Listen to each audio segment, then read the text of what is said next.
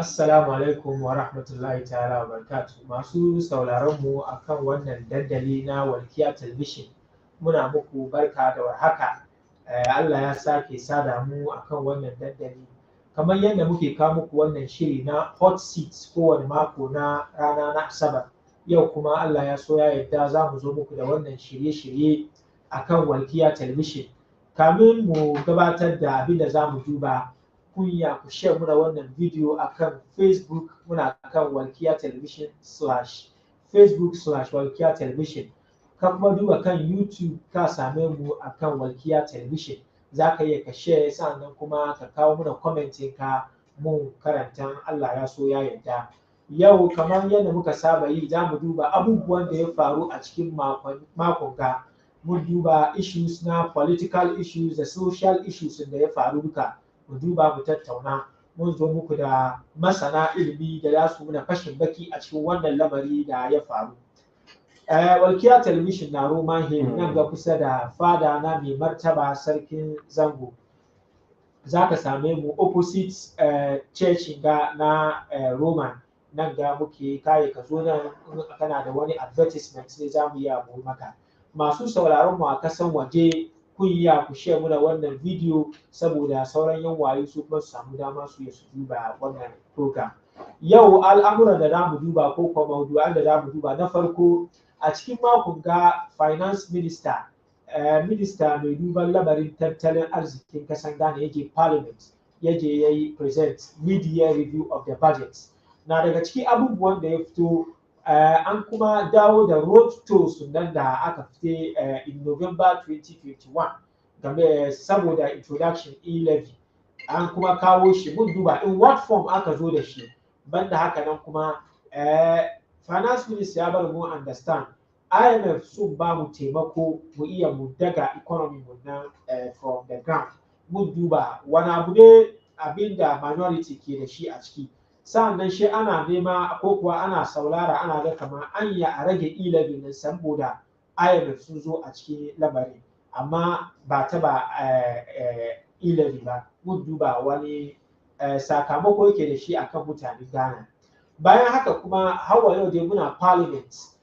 Sakaran jiya Hon Adwoa Sarfo ta sauko kasan Ghana. Kamin ta sauko, Privileges Committee of Parliament sun invite ta tare da Honorable Kennedy Japan, sannan kuma Honorable Henry Coty. Su uku ga an kama su da laifi wai sun absent kansu ko ba su so aiki ba daga parliament fiye ga 15 working days. To doka na gwadawa kamar in ka yi absent ko kuwa ka janye daga bana aiki ba da wani hanzari ba, za a yi a fidda kai. To an kafa committee ko kuwa privileges committee sun kira su Honorable Henry Coty da kuma Honorable Kennedy Japan, su an exonerate su saboda sun kawo hujjar da yasa ba su zo aiki ba. Honorable Adwoa Sarfo ba ta iya ta zo a wannan committee ba. Speaker of Parliament wai ya jira zuwa October in sun dawo daga hutu shi ya pass judgment. Wani suna ga kamar a'a wanga ma ba batu da duba ciki bane. Dokar nan yayi very clear. In kai miss parliament without wani hanzari da ya fite ka ne ko ko da ya declare seat ka vacant. Na daga ciki Professor Stephen Asari wanda kowa ya san shi da kokwaza yana cikin wanda suke da wanga ra'ayi. Mun duba mai fadawa na suke da shi akan wannan. Sannan hawa yau kan Honorable Adwoa Sarfo, ita ne minista da ke kula da lamarin yara da mata, sa'annan kuma raunannu a cikin kasar Ghana. To president ya sibe ta akan wannan matsayi da ya bata saboda ba ta gari kamar wata da watanni kenan. President finally ina jin mutane su kuwata kamar tun da ba ta yi aikin nan ya kamata a fidda ita. To finally president ya kawo decision ya fidda ita kan wannan lamari. Mun duba mai fadawa na kwada su gaya kan wannan. Sa'annan lamari na batun SIM card re-registration, ina jin communication ministry sun baye deadline 31st of March. Aka zo aka ga kamar a'a mutane da suka saura baya ba su yi su re-register SIM su ba suna da yawa. Aka kara deadline ya kai 31st of July. Gobe Allah ya kai mu shine final day of July 31st. to hawa yau dai ana fama wayansu ba su iya so register ba. Shi a kare deadline ko dai a'a ko an kare deadline ma har yanzu an samu wayanda ba su iya su yi ba. Sa'annan me ya kawo ma har yanzu mutane da dama ba su iya su yi ba, shi NIA ne ba su kadin su ko dai wayansu na ne su sakaci suka yi. Sa'annan wani mataki ya kamata a doki. Sa'annan Allah ya so ya yarda mun samu lokaci jam'iyyar siyasar New Patriotic Party NPP ta ci shekara 30 da mu duba ya lamarin ya kasance da jam'iyyar siyasar NPP. In ka duba kwanakin baya ka duba institution kamar CDD da sauransu Global Info Analytics suna kawo research da dama yana gwada kamar jam'iyyar siyasar NPP is becoming more and more unpopular with the people. Shi jam'iyyar siyasar NPP ya iya sirri 8 ga ko ya yi break 8 ga mun duba wanga lamari dukan Allah ya so ya yarda. Tare da ni fada wanda za su taimaka mini mu yi fashin baki akan wannan lamari kamar yadda kullum muke kawo muku. Yau muna tare da dawon mu Fatih Salihu ya zama kamar regular panelist ne. Shi ne president Tein almajiran da suke karatu jam'iyya wanda suke da ra'ayin siyasar NDC. Shi ne president su daga nan ga Ghana Baptist University. Sannan kuma yana cikin communicators ne NDC. Kuma mazauni ne na Asawase constituency. Bayan haka kuma muna tare da dan wanmu Baron Atuguba, shi kuma matashi ne youth activist na jam'iyyar siyasar NPP. Mutanen ga za su taimaka mini in Allah ya so ya yarda mu yi fashin baki akan wannan lamari. Hawa yau muna tuna muku da ku zo muna da messages ku da commenting ku a cikin comment box za mu karanta mu ba ku. Hawa yau kuma muna roƙon ku da ku share muna wannan video akan Facebook da kuma YouTube wanda ba su da dama su samu su saurare mu. Za ka iya ka turo da sakonninka akan 0207619793. Na za mu te wujin fadawa na mu je mu duba lamarin daya bayan daya. Na farko zan ba su barka da zuwa. Malam Fatih san da zuwa. San lokacin sai Jalal. Ya mutane a Asawase ya reorganization ina je yanzu dai an kusa kai a shantirin kenan ko da hawa yau dai da sauran lokaci. Da farko barin dauki wanga dama in gaida masu sauraron mu cikin kasan Ghana da wanda suke sauraron mu a kasan waje. Mutanen Asawase constituency tun daga kan member of parliament mu zuwa constituency executives mu da masoya da members in NDC na yi ma kowa barka da warhaka. Kamar kan daga tambaya sai Jalal, ina ga reorganization da muna cikin yi, and then ina ga abin da ke da karfi cikin ma reorganization processes mu duka shine batun branch elections.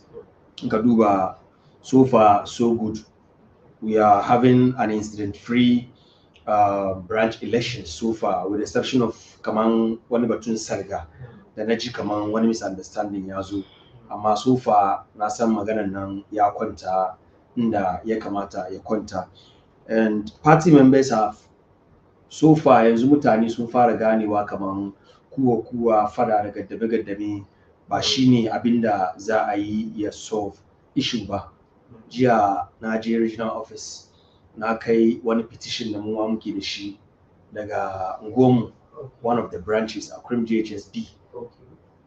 2018 da muka yi reorganization during branch elections sun samu issues, and saboda kaman kana na fadi last week, saboda interesting wasu few mutane instead of a zauna branch guda ce an yi kusan 4 years kenan baya an resolve issue nan ba.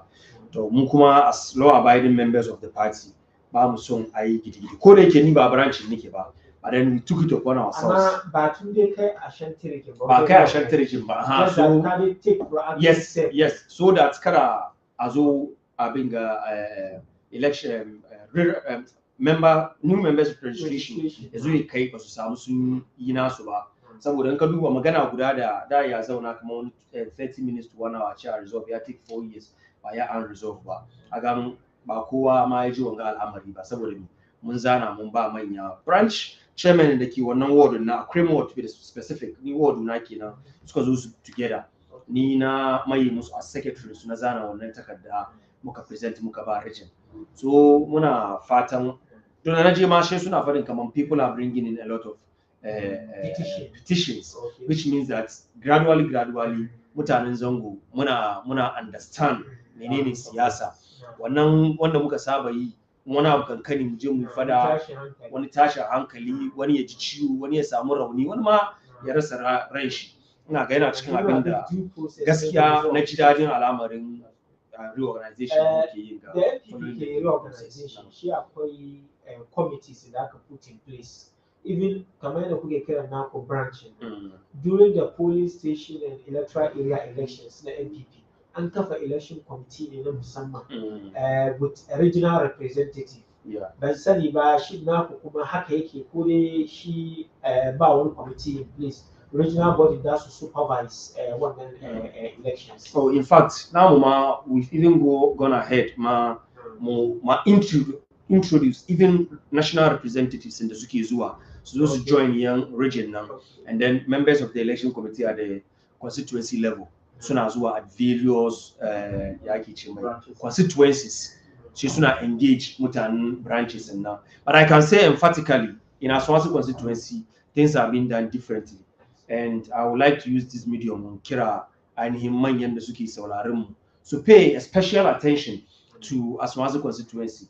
Don na maganan ga regional and even national executives da ake kawo su je round at the various constituencies. In Asawase labarin da muka samu ne kowa bai zo ba saboda wai come on ba wani issue ne ko dai ba wani no, they know we have issues. Don in ka follow abin da ya faru in 2019 daga Asawase constituency concerning contesting the Honorable Muntaka Mubarak da shi da Honorable Masaudu da su ba ya an yi ba, and then da ababen da ya faru bayan wannan clearly in ka duba yanzu ko da yake Honorable Masaudu ba wai ya fito ya make intentions clear ba.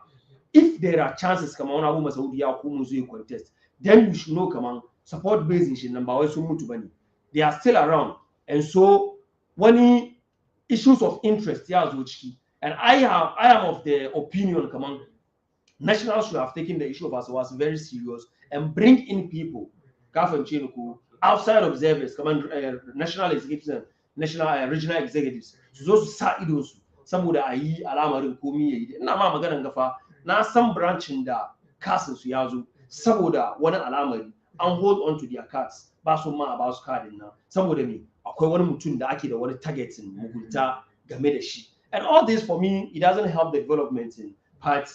Clearly, maybe national sun kawo mana muta representatives. Probably constituency chairman wouldn't be doing some of the things in the yake yin. Malam Fatu, mun samu time delve deeper into reorganization da kuke yi in the course of the program.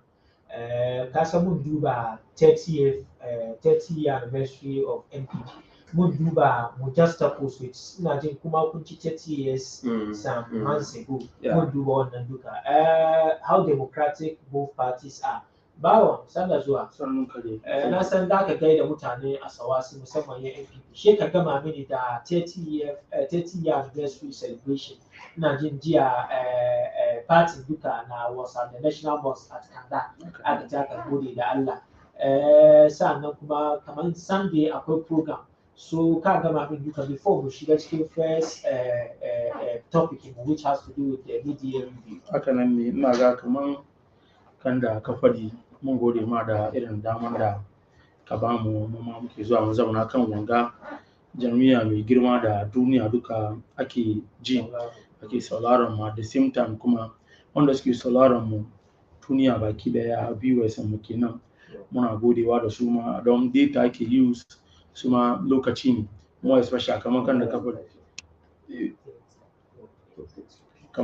faɗi viewers mu mostly ma they are outside the country, so upon their busy schedule soon as some time to follow mu she mu gode musu.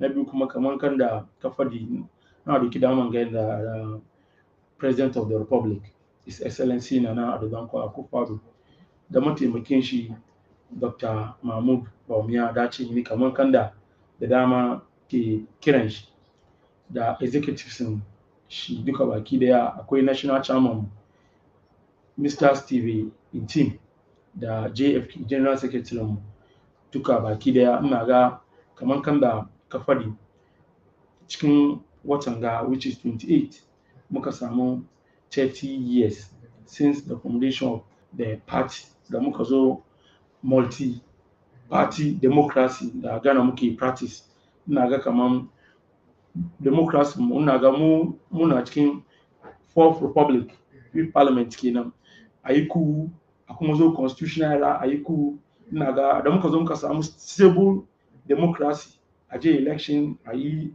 free and fair ko da mutum ma na da grievances instead of a yi ku sun samu means either through the court ko by petitions ko ba wanga mai shi a doki ana gwada damuwa ina ga kamar democracy mu ya zo fa ina ga ba mu ya mu yi celebrate 30 years mu ba mu kira sunan manyan da suka bar wanga party yau ya kwanin fathers nan somebody like Dongo na ciki Dankwa na ciki Tolona na ciki BV da Rocha First National Chairman mu kenan ina ciki ina ga waɗanga manyan ga su Professor Dubois manyan ga mutanen ga suka use resources time suka doki suka make sure yau party da ni da kai duka da wani yan mutumin Ghana duka yau ya ga kaman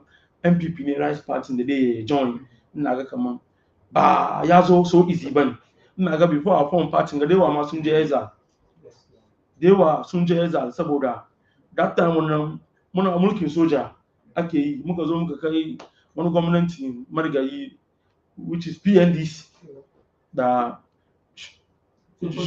kasa Rawlings ina ga kaman any military government fighting har a yi democracy ba easy bane saboda freedom of expression sometimes ina ga kaman mu ba democracy muke yi in ka duba ma muna so mu je contest kan da ake manipulate system a bar wani ma bai samu opportunity ya zo sai ka san kaman dai soja ne yana mulki ka change mind ya suit kan da kowa dai samu freedom of expression ba easy bane so wannan that will tell you kaman manyan mun nan da suka help muka form as some MP ba easy bane and in ka duba bayan form ba wani election reforms da aka yi duka ba NPP ne suka zo da shi ba saboda me yasa ina ga kaman in ka duba mun so mu vote so from opaque ballot box kuma ballot box nan ma yana cikin classroom the ne latest one that was pink sheets da aka kare ba ka samu abin da ke gwada tashi na samu exactly so yanzu ana sign ne kowa ya samu copies da kare kai ka je ka zanna kai collation ka so yanzu gradually kamar kun gyara mu system nan kuma kana da NPP suka wanga Allah kamar kada kanka ka mu da kan mun duba demonstration da yazo garin da dewa kan batun election that time wanga former yisimu afarjan shikenan ba mu same shi mai easy ba saboda opaque nan da mun ka ce ba mu yada because mutamun nan da ja vote abinda ni na sa dan jin sa cikin ballot box wai gani kuma wanda ma da ja wurin da ballot box yake nan yana cikin classroom ne ku duka kuna waje so ni na jana vote ke ciki ke gudana ciki in an kare kawai sha after me ya kai aka zo election ana daga box nan ne a gwada ma kowa a kawo kowa agent banda agent nan a kuma ba da dama kaman agent nan da kai zaka fitar ko tutu ne kana da kuma backup agents da in case in boli ma na ji na wani yana yazo at the same time an fito da shi filin ruba yi shi cikin class this is the height of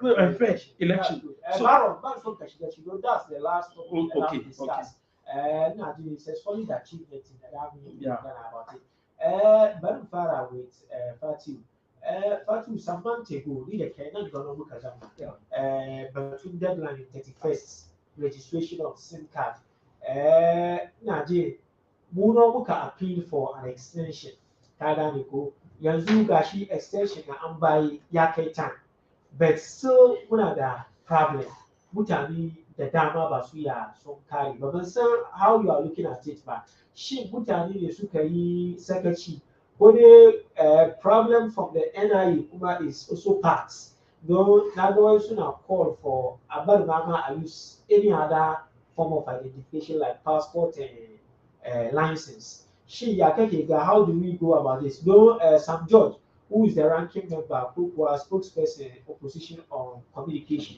yana gwada kamar if ba duba extend ba su take courts on that issue. So how do you look at the SIM card registration? Okay. Sajay, the question is, how did we get here? Ka gane ko? Ya an kai muka kai wanga matsayi. Duk lokacin da ake ginin kasa, ina da belief kamar mu dukan mun yadda abin da yasa yau muke yin democracy shine saboda ilimi ba kan mutum guda yake ba.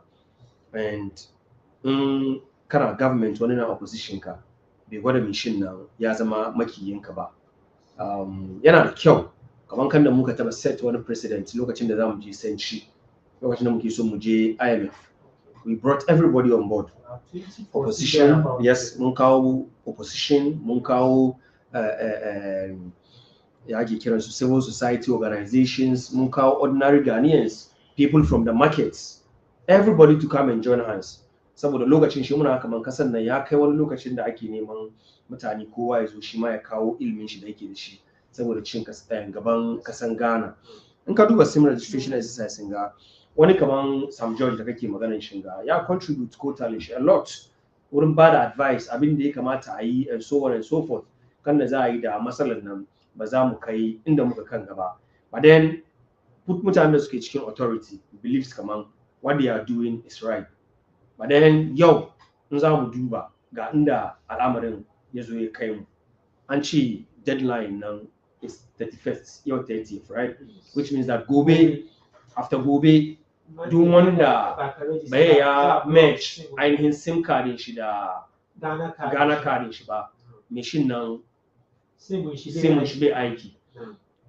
Now replication sun da ke kai ne misalin wanda bai da wanga labari shi tashi ranar Monday maybe yana da wani kudi cikin mobile money wato bai yi cire kina no matter the situation don SIM cardin ka bai aiki balle ka access ababen da ke ciki.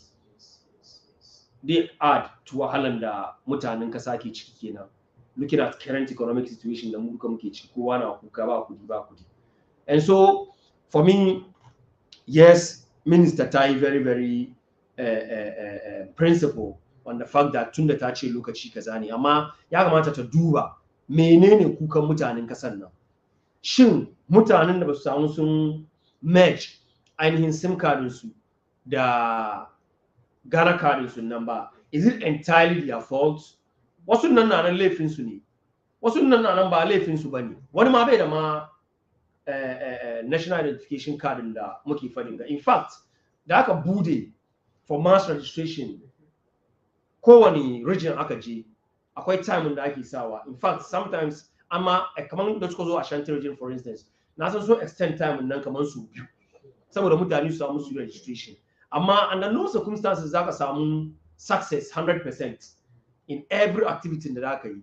Yes, mutane ba su samu sun register ba. NIA sun ba da hope kamar sun zo su bude offices at the district level. In fact, mu duka mun san challenging da wannan bude office ne ya samu. Ya take more than lokacin da ake expect a zo a samun nan. Ina ga aka bude offices ne yanzu bai fi 3 months sosai ba. Aka fara operation. Kuma an kace one of the challenges in the district offices na suke samu has to do with network. Kai ka je mutum guda ya zauna kamin a kare mai malam ba wasa bane don networking nan yana fluctuate da yi stable ba. So kamar misalin yau mutum zai tashi zuwa neman abin da zai ci wani lokaci zai tashi ce zai je zauna wurin batun card kowa na ainihin adjust lokacin shi ne kan da zai at the end of the day a ce ya samu card. So wanda misalin ya je wurin nan so biyu so uku bai samu ba yana kama a bari ba kaina wani lokaci kadan watakila zuwa gaba mutanen nan sun rage shi mu samu mu je mu yi. Amma har yanzu mutanen da suke neman kadin nan yawa suke kare yi. Offices nan kaman resources da suke yin aikin nan da shi, let me say it's not enough. Ka fahimce ni ko ke sa ya bari can I tell for my admit very well that yanzu aka yana gwada kamar ba su da kudi da ya kamata ba ka bada ka duba wai an print about 16 million cards an buy 30 sauran kamar 3 million. So yana gwada wa challenges na daga cikin kudi saboda shi ne kaga kamar har yanzu they are not able to give out the rest of the 3 million cars da ke nan. Sannan kuma balle a zo a yi sabo wayanda su ma ba su yi registration ba musu. So you are right, resources ya zama abin da ya zama na is one of the challenges for. And then mu duka kuma mun san in project management, the first thing that is most important shine funding of whatever project in the kake. At the end of the day, mba funding, but no matter how beautiful plans in kaneki, ba ka execute shi. Kamar kan da sai je ki fadin ga, akwai wanda ma kasin su ya zo. Kasin nan na wurin NIA. Even at the district offices, people are not going in for it. One, maybe she better information. Come on, abin nan ya zo. You see, this is where muke bukatan ya ake kira, not even information ministry, but mutanen ga Ghana Post. no. So they are in charge of disseminating information. Information Services Department. So they should be doing this. Kafin ce ku don na san muna da wani information centers da ke cikin unguwannin.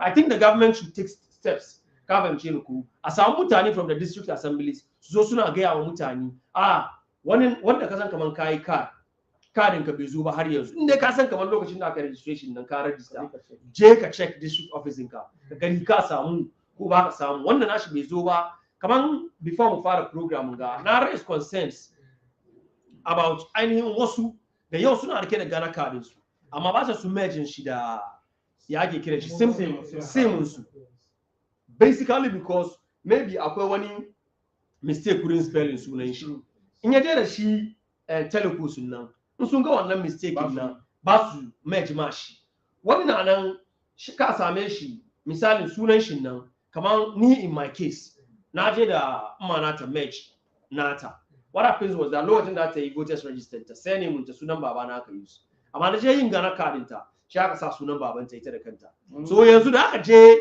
ta merge nan yanzu sunan ta dake wurin teleco sunan is Mardiya Salihu amma Ghana cardin ta yana da Ahmed Mardiya.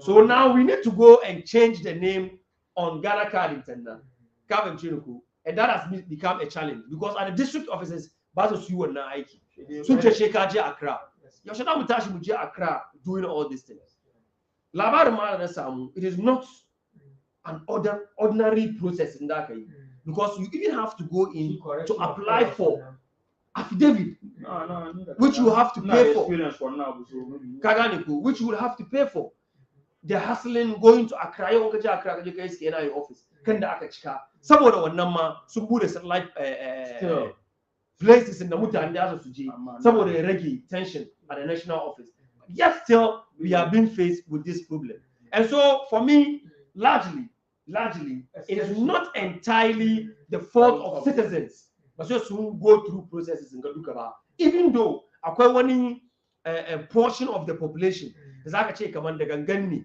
me shi ya beje yayi ba don at a point in time lokacin da ni na je na merge nawa da sim card na zo wurin masallacin juma'a mutanen nan na zaune ba kowa na zo rai na kare sai je akwai another issue kamar mu da muke a da universities mu saboda challenging network sun zo sun ba mu wani sim card Vodafone ana ba mu 5 gig kowane month saboda ya help mu wurin koyan abin mu kafin ku wannan sim card nan in fact before mutum ma ya merge shi ma da Ghana card shi she ka je school sun authorizing ka teleco sun nan sun accept a whole lot of process idan na ma magana ga ni ina da wannan sim card nan amma bai yana merge shi da Vodafone sim na ba even though na dauki details na ba school to take it out through process na har yau na magana ga process nan bai ya complete ba and so it is even likely ni na and lose wannan sim card nan so ni na lose sim card nan ga is it because of ni negligence na ne na lose ko dai is because of the system zan lose wannan sim card nan and so I believe kaman the honorable Isla ya kamata ta zo down listen to the voice of the people because at the end of the day you are here to serve the people and if kace baka jin kukan mutanen nan then you are not serving them and so for me I'll add my voice to the voice of many other Ghanaians in the suke for extension exercise now at least muka extend this for another 1 month. Muka come still. But what is the rush? Looking at the challenges of the NIA, even the end of the year will be best. Of course. NIA is used to some ample time to resolve challenges in Sudan stage. Information that we can go be honorable was that address the press and wait and meet television. So I mean also can agree upon Shini. It is still that they should go by the deadline. But that block entirely shouldn't be the case. As soon as you give for Falco, Kada Bakaya, Kaya Kasamu calls, Kaya ka make calls, Kaya Kai SMS. Ama the rest of the other services in the Kamata Kaya to be kissing BI. So soon as association a graduated form, maybe season form, maybe especially data. That's the first step. Data. So especially when the the card, ama be a merge, but because of the come then you affecting data. So that is what they want to do.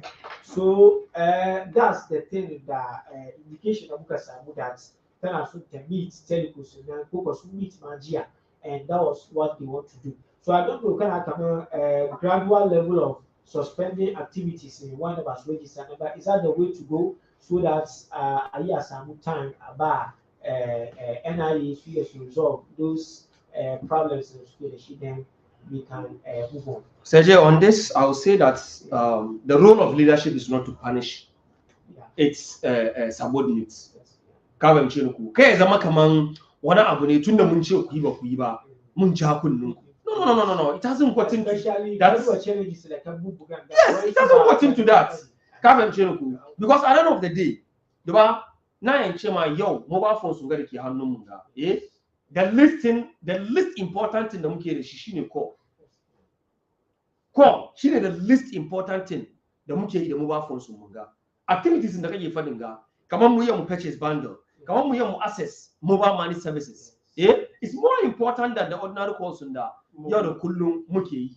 Kawem chinuku. Even though I was giving suggestion kaman ma da about 1 month, but then I think your suggestion fits in perfectly because it is not just SIM card, Ghana card measure, and like you. Even if you go to the banks are doing same. Not a different accounts in my bank, not a 2 different accounts. Account couldn't match the Ghana card now. But anytime on the fit the chicken savings account now, so that match. Which means that mutani dewa. Kagana measure with my business account. I'm measure now with my savings account. Now bank none the business account no. Suma anka no subezuma shame ma in a savings account until the law fit the conditions will come out but merge ba. So this is not my fault. This is not the fault of my bankers. But then one abune kaman aikin nan yayi yawa. Kawem chinuku. Just lokacin da na merge na wada business account now. An cika bankin ana Allah ma kai ma kai kati. And so for me kai zama kaman tunda mun ce ku ne ba ku yi ba muna son mu ja kunnu. It is not about jan kunni. Aba mutani dama up to the end of the year. Na imani da Allah before the end of the year now mutani mafi yawa sun samu su match. Suma maybe ma kafin chenuko maybe an zo a samu wani alfarma maybe IMF suka kawo kudin sunga kenan tafa shi ma ya samu kadanci ya tallafa ba kai shi in yaso ayya ba mutanen da kasu. Ka duba this exercise la first time that we come into it party we all agree it's a very good exercise. Don you ka duba fraud da mutane ke suke yi ma mutane barna kai turai ma haka ke yi kowa na da dama ka register card ka a san kamar kai ke use so da wani abu ne an yi take ka on so shi idea ga the bad problem but na jin challenges ya zo cikin implementation so ya kake ga what should be the way forward yana da yi mu yi resolve wanga issues without throwing away all the processes because wanga is a very good process that come out of the pursue. So she na so kama within 10-15 minutes ka bada naka submission. Na gode sai ina ga wai in ka bar shi ka koma ka roki bai baka ba ina ga da na gaida national executives mu ban gaida constituency don dalilin su kuma manyan mu da ke rika mu nan ga kenan da jagorancin constituency chairman mu chairman MD Moro chairman Gagai wanda ake ce ma chairman Gagai ina ga muna gaida chairman da able executive sun shi duka baki daya akwai dan wana masoyi na guda wani Aris Raj ya kamata in gaida shi da mataimakin shi da ake ce ma aidin shi Amar Adam Galadima akwai brother na Asawase constituency na gaida shi tukun akwai sarkin sa jini Alhaji Aruno don ke wai ban kira shi last week na gaida shi ba sai dai ka gaida min Alhaji to kaman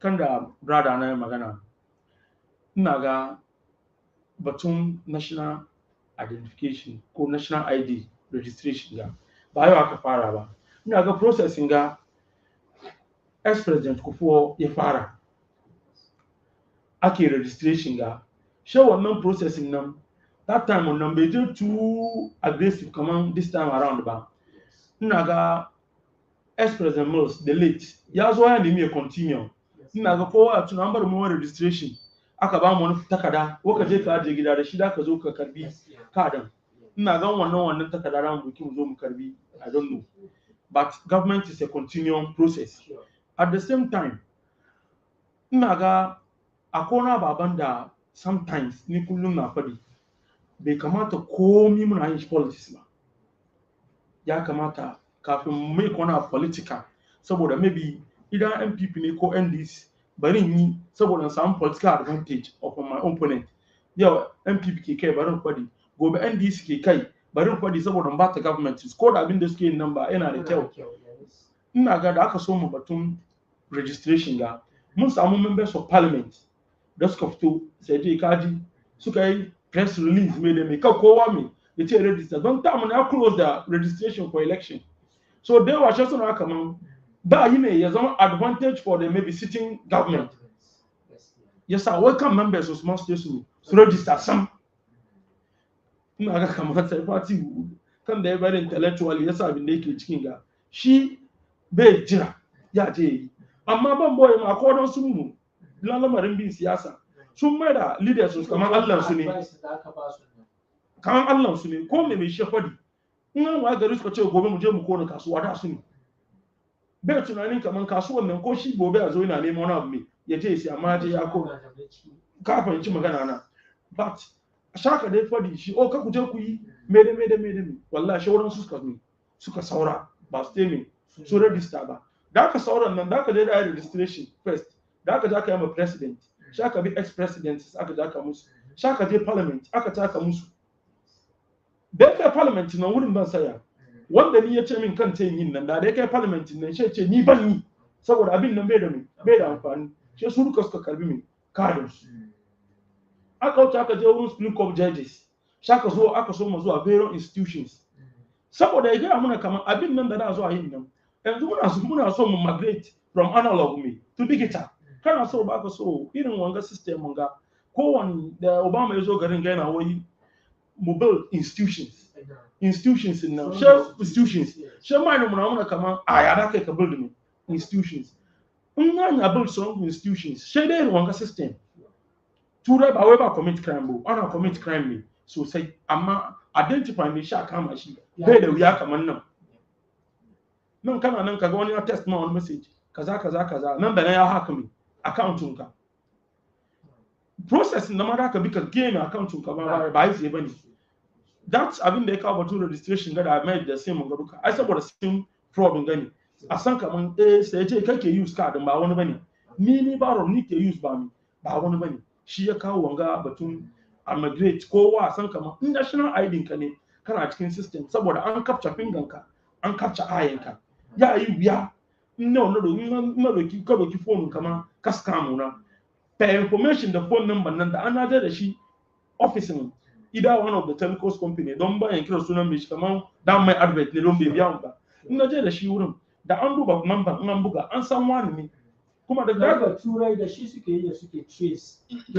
ka ga yanzu an duba an buga system no komin me shi to ka duba nan ganga an ba mu dama mu kawo digital addressing. So sabon zango an san kamar nan ganga AS 100 yake. So aka ce an kama mishi. So yana fit perfectly into digitalization agenda that yes institutions in that okay one strong institutions in nan ke ba mu yi wannan muna institution kuma ka duba batun system ga ana batun card corruption ne da me yawan ka je port ana paperless system ga in ba da system ga ba bai yi kaga na dole bitu Dr. Mahmud Bawumia wannan dai dole mu ba shi wannan credit kaga ne amma mu zo abinda yanzu muke face do waɗansu sun yi kinji ba su ce sun yi ba wani kuma ma ban boye ma bai ji ba ne ma sam don ban boye ma ina ma magana ga ko wani garin da yau cikin garin ga ban shiwo bai shi na da light ba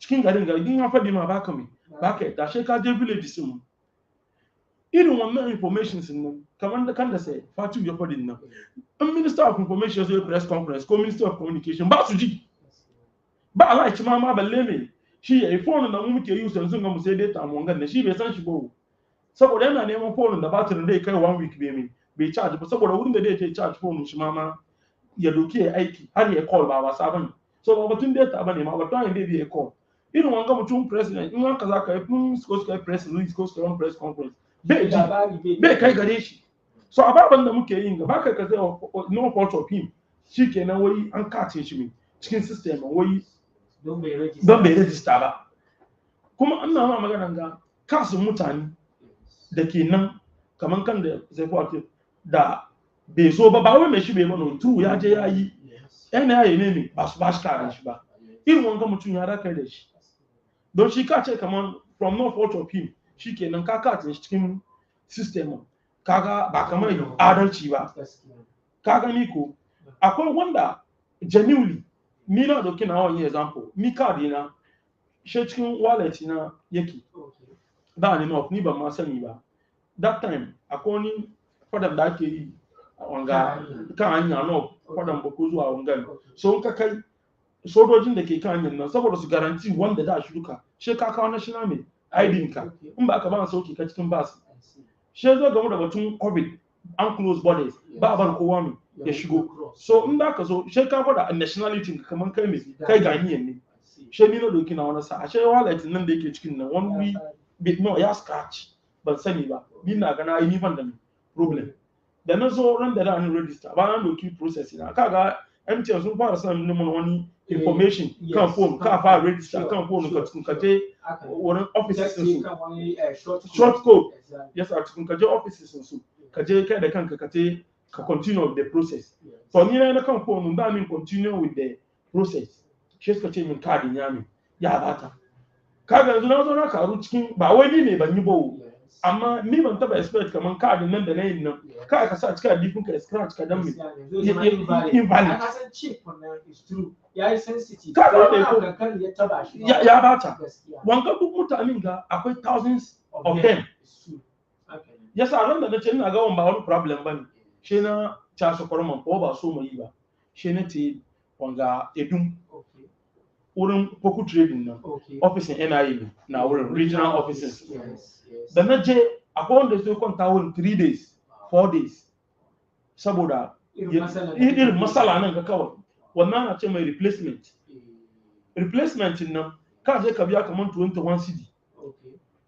daga bank daga bank akwai banks da suka yi ba accredited amma da aka zo aka muna wa free aka muna to yanzu na je na biya mu 21 cedi ko 25 cedi ne tukun in ya bace ne ka je kasuwa me affidavit ka biya wannan kudi da me police station ka je kai police report ina tuwo light kan magana da sai Fatu yayi aggressive system ne tukun ka kuma samu kadin ka me back ka gani wannan system mun ga duka ka bi ciki tukun me ka kuma samu me kadin ka back so min na ga kaman da NIA a doke shi in yanzu 60 million suka yi 3 million ya saura ba yi ba ni ma na kare voice na cikin wanda suke roka kaman don't throw away the baby with the bad water ka gani ko akwai yada yayi ne ayi gyara so ni kuma na suggest kaman da abu da har ending of the year me mama wa tun next month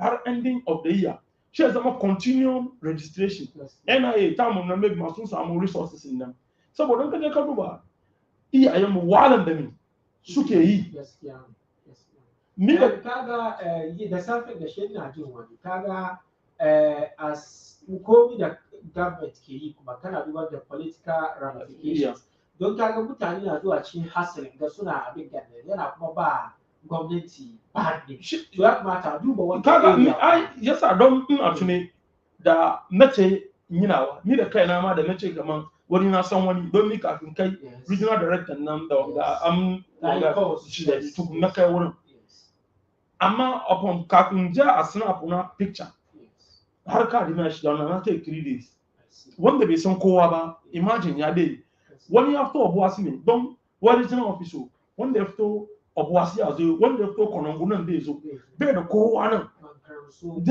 dai so ya so ya nemi wani wuri ya kwanta in bai da kudin da zai so ya kwanta akwai da ta ce 3 days tana wurin mai regional office na mai ba ta yi wanka ba na mutum na zama 3 days ba ta yi wanka ba you just imagine saboda ba komai ba karinta national ID don in an ce ba ta mai ji ba an yanka sai mun ta so ababan da mun gan shi wanda surface ne ba ababan da ke kasa so mai shi nan she so maganganu bangan ba gwamnatin banza ba ku zo kuna walar da mu batun ne ne kaga advantages da ke ciki duka da zai taimaka da kasa duka saboda frustration da mai shabi ciki saboda wurin samun ka amma kuma is incumbent on who communicators who stress kai kama duk wahalhalun da ke ciki abu ne mai amfani sosai muka yi muka streamline ba snakes sakaran jiyan ka ghost names da suka yi suka clear because of the merging of card na snakes ba karamin kudi ya sai bubu ba so despite frustration yana da biya dai amma dai yana nan da advantage sosai ya kamata kaga yasa na fadi kaman yanzu kowa ya ga kaman abin nan abu ne mai amfani yasa kowa ke kaman I extend ada waka kowa ya yi beginning the argument next time ya ko change wai gwamnati me ya yi hankuri me ya extend and ministry of communication abin da yasa beshin nan suke so su yi very aggressive saboda sun san mu Ghanaians mu kullum mun son last minute chale o kai manta bai komi ba su komi ba bai zuwa koyi nan that minute yanzu mun san muke gudu abin na sheme jan ido ne that is culture of any Ghanaian in aikin an ce maybe me shi zo 6 da safe ya kai wurin maybe 7 kai ba ga kai da Allah ba African culture na bai help mu don muna son book so institution dole mu yi aiki da time mu da me so da abin naka so mai kaman kan da ni akwai wani yan sim registration ga da farko ake cika wuri aka yi kuwa sun zo sun bude zones sun ya zo zauna tun da safe har da dare wani mai zuwa wurin spain goma sun zo sun bude branch ana su zo kowa mai bai zuwa amma da ya tsara wani 3 yanzu ina amma magana je ka ga layin da mai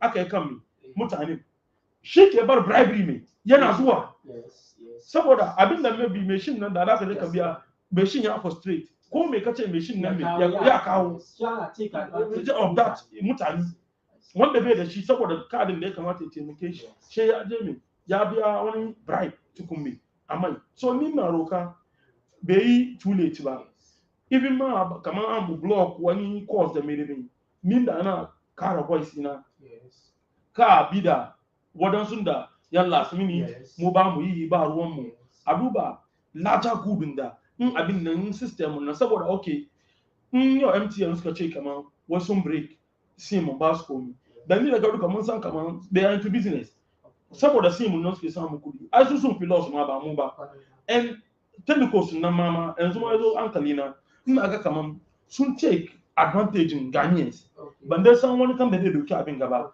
kaman no abin da yasa na fadi na wannan magana snitch da suke nan kai ka ji wani pension ne akwai wani snitch contributor ya je yana siragan wurin merge wangan shi sun je ne national identification da kansu suka je suka sai wanga suka je suka sai ba su kawai ba yisi ina magana yisi da yace kamar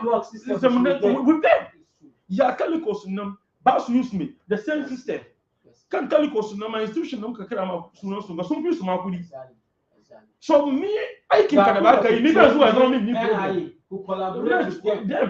That's a core. Without stressing them.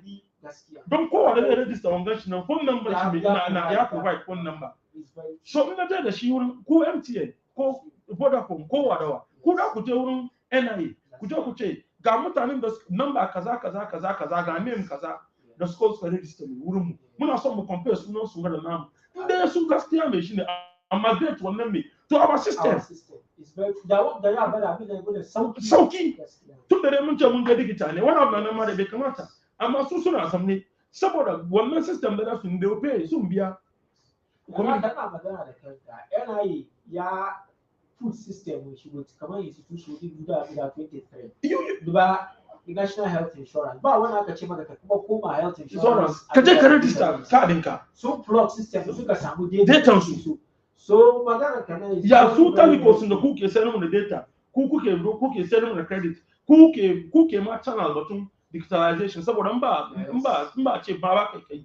Meaning soon the first people in the mic come out che wanga system on so sunyi bag institutions in the mid ma so ba the one strong capacity na amma sun yo mama magana yi shi ba su ni idan da ka zo ka ce da aka register da an kan sunan ka na cikin system da mu ga nomi an gani doctor Befun kan lalle ka kai 18 then ya so ka duba yau da kaman yi shi sun ce kaman kowa kuma zo da national ID card ne ya kuzo a register shi ba duba confusion da zai zo garin ga gaskiya. But all right, we'll go to Baron. Now, the Bhutan should know the significance of exercise together. Governments try as much as possible. But the system in your work. Kaga Bhutan is your system in your work. Yeah, work is some of the one government what I can in place. So yeah, very difficult. But let's pass through. But if you do not get the second movie, go they cannot far with Baron. Don abu ne da ya zama na ya shafi jam'iyyar siyasa ko da yake when you are crying more than the grief tamu da issue ya zo na farko she NDC na cikin mutane da ke hold brief for Adwoa Sarfo that ka duba tana da problem with her family so dole a ba ta dama ta iya ta take resolve wannan to finally ina jin shugaban kasa ya fi da ita as minister of gender which one the prerogative is she amma batun seat ta da take da shi as MP for Domin Kwamiya parliament za su zama su dace whether ya kamata a declare wannan vacant so speaker ya ce wa ya declare wannan pronouncement to August sorry October so za ka su ta break su da komo she ya ba da verdict on that one amma president ne na ga kamar yanzu ji da kan is okay ta aje aiki ta so that an samu wanda zai iya ya take over ina ji da bata honorable Cecilia Binada sanitation minister ita take double as the gender minister so ya kake ga decision president ga and what do you anticipate going into parliament to recess how will the situation be so she kind of want to take this then we come to ina ga kan magana MP Domin Kwamiya sai Adwoa Sarfo ina ga kaman issue ne da mutum yana discuss especially kai party man ne kana magana with pain yasa nayi wannan magana ina ga before mu je elections she muna da 163 or so ko 165 okay before 2020 elections yes, 2020 elections yes. So kaga wannan nan wani MP ma bai yi wanga serious da zuwa parliament shi ba gani yo so kaga kaman kullum wanga speaker of parliament that time ma ko na batun absent in da MPs me ba zuwa saboda kullum an samu number nan wani bail ma zo me a pass okay so kaga wani ya je yana zama tura hankalin shi me kwance wani yana da wani other business shi hankalin shi me kwance more especially from the majority side saboda 165 akwai number nan saboda so absence ba gani ma she muka je into 2020 election kowa ga abin da me yazo in ba don ma independent ma mai decide me da mu saboda background da me ya fito independent saboda almost seats now are the same 137 with one independence she also make me difference shi ma inda wani mai dace ba mai adalci ba saboda in an duba abin da ya happen constituency shi har da sai ya mai independent inda wani mai da yau ya yi side da mai the other side su zama mai majority shi ce ba ko wani constituency da su suka vote mai ya zo wurin su sun vote mai ne in person amma wani ya kai nan suke son mai ya je ya sit with them shi jimi maganarsu ya zauna da mu that time nan ita Adwoa Sarfo ina ga kaman ba wai cikin party nan ko cikin parliament ta fi kowa ilimi bane ta fi karfin kowa bane amma kaga appointment da wanga wurin gwamnati yake da aikin da yake so kowa ya mai at that particular time saboda in wani abu ya zo na kowa na lobby yo bai shi kaman da ta tashi ta take so nan ko aka bata nan ba lobby ba that time nan da take parliament wannan parliament nan sai ta wanga majority leader tana cikin wanda suke leading in parliament yeah, leader ne she's a leader in parliament so wani tambaye ko in ba ce mai sabo da sai ba ta mu duba da abin da zai zo kuma ka duba wannan parliament nan 2016 parliament nan irin bills da suka pass ba easy bane through wannan parliament aka pass right information bill da ya kwanta parliament for a very long time civil society organization well ka gane ko in ka duba bills da wannan parliament ya pass ba easy bane she maybe ba family issue an san family issue amma in family issue hun yazo in kana so ba kai ka ce ka doki don ka duba kwalba at the same time saboda at the same time kina da family issue at the same time ga aikin gwamnati na aka man wannan ma chief din batun problem abinci da belemin ga ministry of gender and social protection wannan ba da school feeding ina son barka san wurin da problem da ma yake cause muna sanitation minister in ka duba sharan garin ga da bolan garin ga ma ai bai ya ishe ta ka fahimci magana na shi aka double wanga ministry nan ba karamin ministry bane don gender and social protection aka doki kuma me aka kara mata ta doki me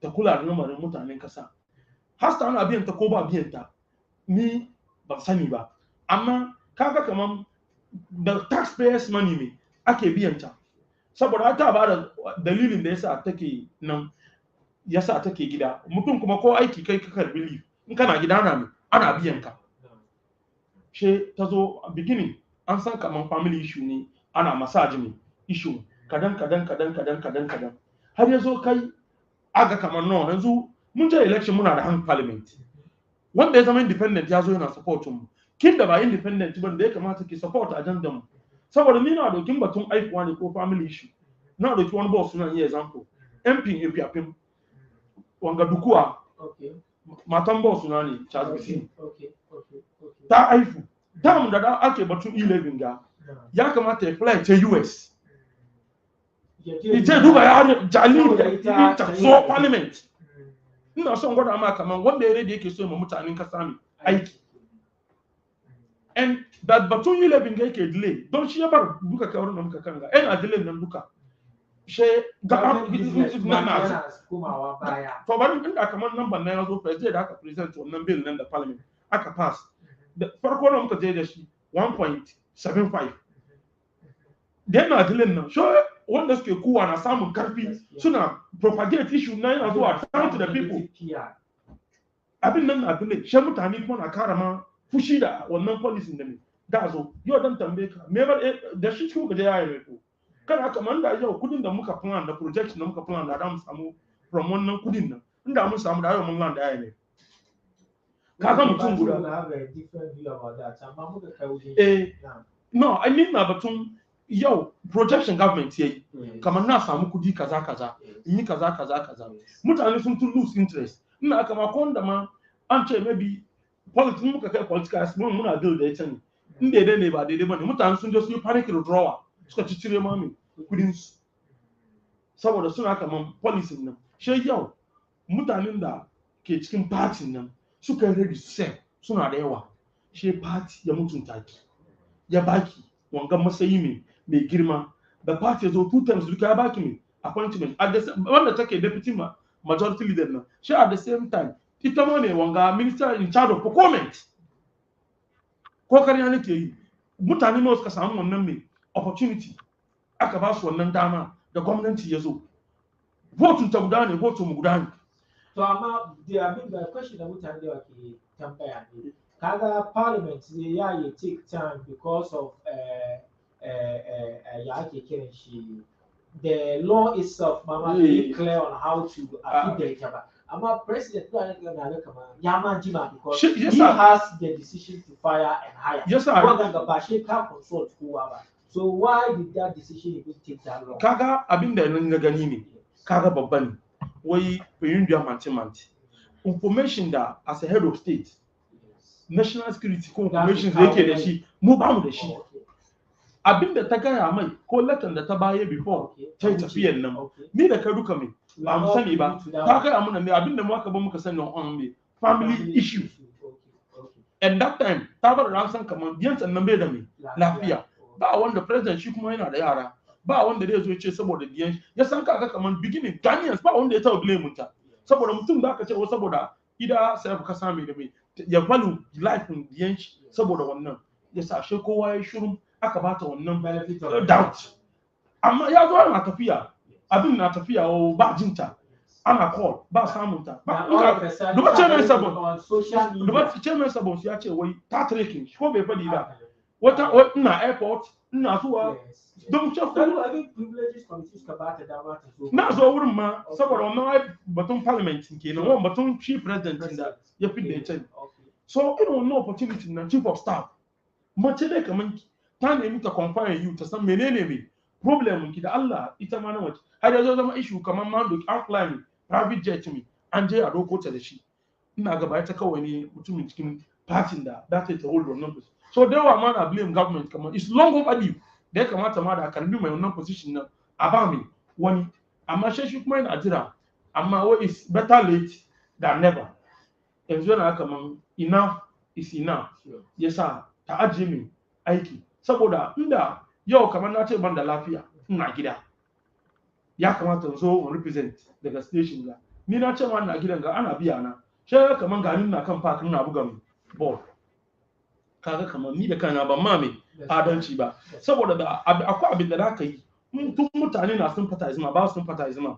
saboda da aka san batun ciwon diyanta ne kowa ya shiru later ga ta kan TikTok tana waka tana rawa tana me da me yau social media tana abin da me take so and kaman she's not body allocation mu mutanen NPP mu mun shiru saboda muna kaman she's from our party the taxpayers money ake biyan ta ministry da take holding them yau da batun abinci zo zama problem caterers da suke school feeding suke complain kudin su bai zuwa nan yaran mu duka sun je school bai affect government ne away ba ya ba opportunity an doka mai an buga bayan gwamnatin nan and wannan nan duka yana bar government nan continue sai da ma unpopular saboda single so in a minute ya kake ga parliament ya kamata su treat ta wanda ya come back from recess nan shin ya kamata seat ta nan kuma ta lose shi kamar yadda ta lose job ta sa minister da wannan nan na ga kaman aka nuna kamata ya ci saboda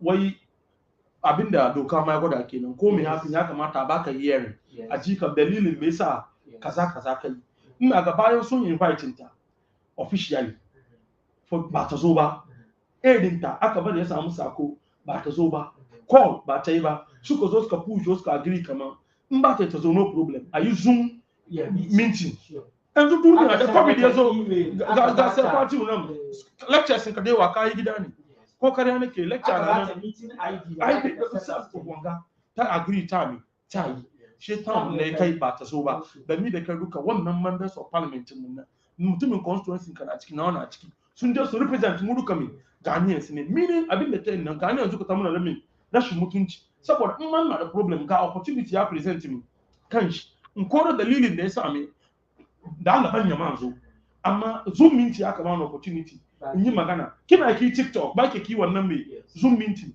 akwai wani element of deliberate kamar ta shana ne ba son ta yi shi ya bar president ya ce kamar mai appeal da ta wurin so parliament sun zo ban ga wani hearing da kuma me da kuma ba kawai ne mu ina ga kaman before a je election John Bodu mai lose ya ce wai ya gwamnce a bar wannan seat nan yana ba kowa ko da mu je election ma mu lose wannan mai seat mu san kaman mun je election mun je da wanda ya rage ya sa garin mu lose seat da mu je da wanda zai zo yana represent mutane don mutane domin ko benya yana cikin hayyasin da voters constituency ne shi yau su voting cikin mutane almost 100,000 nan ki kawai yau suka tura mu gaba godiyan da zaki musu kenan so mun aka man seatin tan nazo don na yau ma na kaman wanga minority suna a samu hankuri ba law ba ne ni ba san interest su ba don mun ce wujin fatu za mu shiga ta shi ma na ba shi da next 15 minutes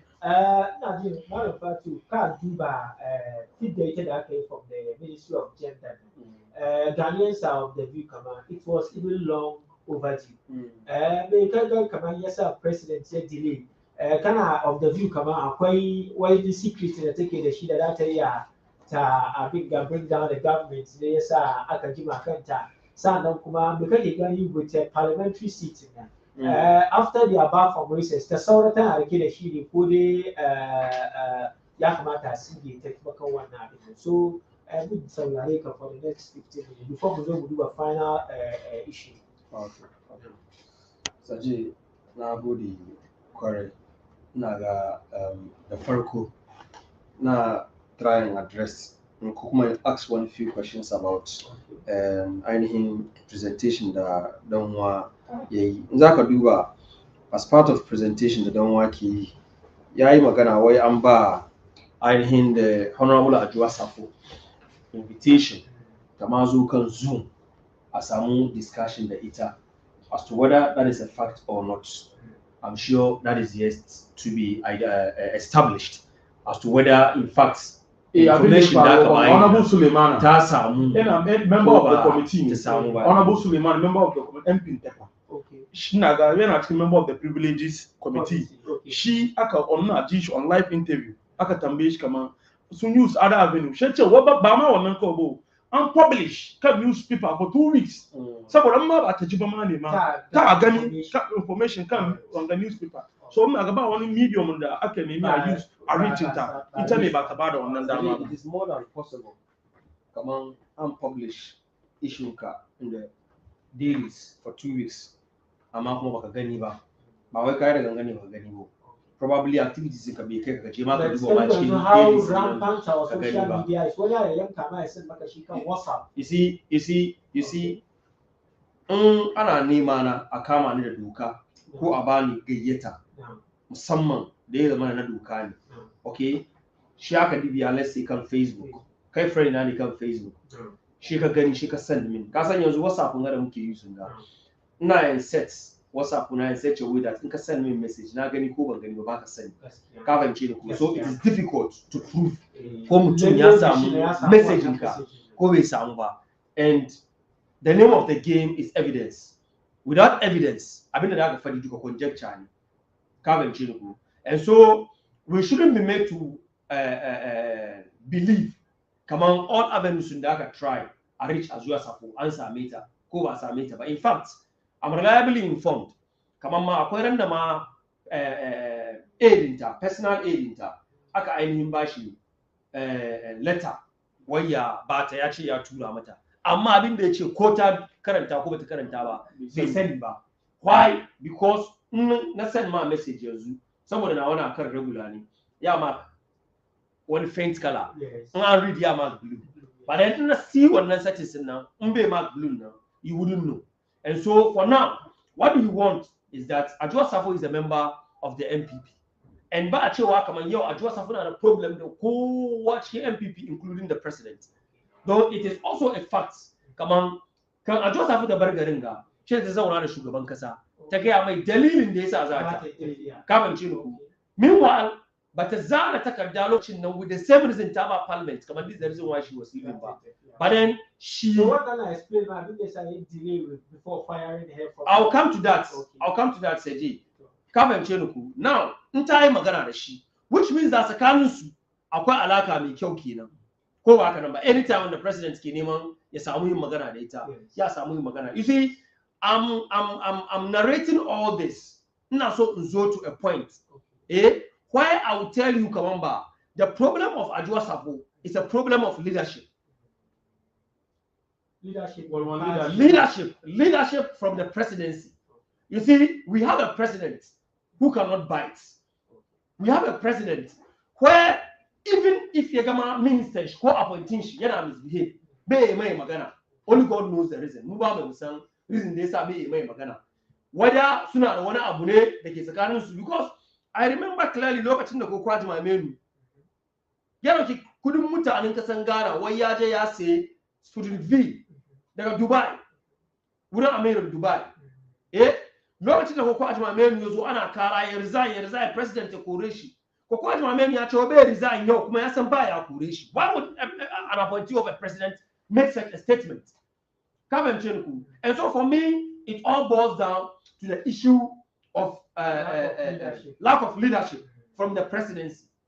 You see, this is not the first time the issue of this nature in Ghana as to whether I declare seat one vacant or so. Now, even Article 97(1) A, B, and C, ya states categorically abim ke sa MP ya vacate seat. One of them is that lokacin da maybe aka election aka carry aka dissolve parliament, every member of parliament of that present parliament in vacate his seat. Sannan a komo a zo a yi swearing in sabu wanda ya win pa ya komo. So misali ni da kai mun je contest at the constituency level, ce ni na win kai as incumbent MP in ka lose. Run the dissolve parliament and parliament, parliament for the parliament to be dissolved, then you vacate your seat. In as a new member of parliament. So parliament has a procedure. In 2005, the Honorable Eric Amwatin,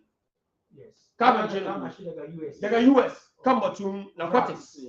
Carbon Cheruku. Lokacin da yaje aka kama shi. For 3 months, he was unable to come back. Ya zana letter. Ya kama Speaker of Parliament, explaining the reason why he has been absent for the past 3 months. Carbon Cheruku. The letter Nezo, what did the Speaker then do in 2005? He referred the letter to the Privileges Committee. Privileges Committee suka zauna kan letter nan. And when Privileges Committee suka recommendations to the Komi, what did they do? They brought it back to the preliminary. And the issue was debated at preliminary. Whatever happens, we are not here to tell all those stories. But it was based on that, Professor Okwasari, yet take on the then Attorney General, including the Speaker of Parliament. Though Professor Okwasari is of the belief that per the provision of the Constitution for 15 seconds. 15 seconds. Is it continuous or just 15 seconds? So it's cumulatively. If I am during the period of Parliament, can absent for 15 seconds. Automatically, per rule in Supreme Court now, you even vacate your seat. This was not what was applied over. So by the Privileges Committee at the Tein whether Kabari seat in Kabari. Per understanding even my ruling Supreme Court now that there is no need to even do this. But that very article in the K expatiates for standing orders in Parliament in the way come all these processes must be observed now. How come now Parliament has decided to exhaust its own processes to tackle this issue. In Kaduba, the last presentation the minority leader and then counter presentation the majority leader in Parliament. Now there seem to be two sides of thoughts or understanding of processes in the Kifaruan now. We in the minority believe, come on, I can the committee. Privileges Committee it is not final. I say that I declare seating non-vacant. we believe, come on, young matter issue may as preliminary, so that we debate it. And at the end of the day, we can debate and we don't come to an accord. What happens? We vote over it as to whether I declare she vacant or not. But majority is trying to say, come on, no. To the committee, at the committee level, the majority believes, come on, it is high time I declare sitting now vacant. The question is, did the people of Ghana voted for a few number of the committee members? 50-member committee now, or they voted for the 275 members of parliament in Namukideshi? 275. So can vote tomorrow. And so, under no circumstance, that are decision. A very minute number of the house. I am of the belief, come on, the issue should be allowed to come to the preliminary. A debate issue now, and if at the end of the day, it is justified, come on, a seat and Adwoa Sarfo now should be made vacant. Fair deal. It is the decision of the people of Ghana to do that. Secondly, yo, Nkamurafa, Honorable Kennedy Apong, Honorable Harry Courty, Baba, or no recommendation come on to vacate seats. So in person. So in person. So what a reason so on medical grounds.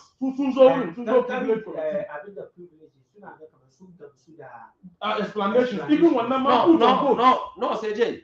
One number put on vote. You see, what is happening is that the Honorable Harry Courty, Yazo on the grounds of health. The committee now took a push. Come on, yes.